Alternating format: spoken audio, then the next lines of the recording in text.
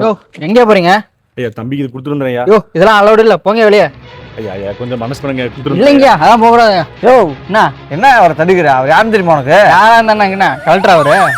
ஐயோ எப்படி நல்ல முடியாது, வெளியே போய். யோ யார் மேல கை வைக்கிற? அவர் யார் தெரியுமா? உங்களெல்லாம் நீங்க வாங்குன ஸ்டூடெண்ட்ஸ். நான் இன்னைக்கு பொறுக்கித்தனம் பண்ணிக்கிட்டு ஊதார சுத்திட்டு இருக்கேன்னு எல்லாரும் என்ன பிடிச்சி திட்டு இருக்கீங்க. ஆனா இந்த திட்டுக்கெல்லாம் காரணம் நான் கிடையாது, இவர் எங்க அண்ணன்.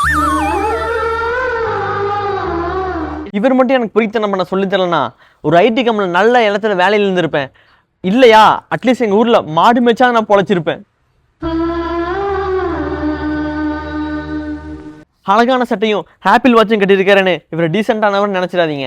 நான் நாளைக்கு ஏதாவது ஒரு ஒயின் ஷாப்ல சரக்கு அடிச்சுட்டு ஒரு ரோட்ல படுத்து கிடந்தேன்னா அதுக்கு காரணம் அதுக்கு முழு காரணம் எங்க அண்ணன் தான்.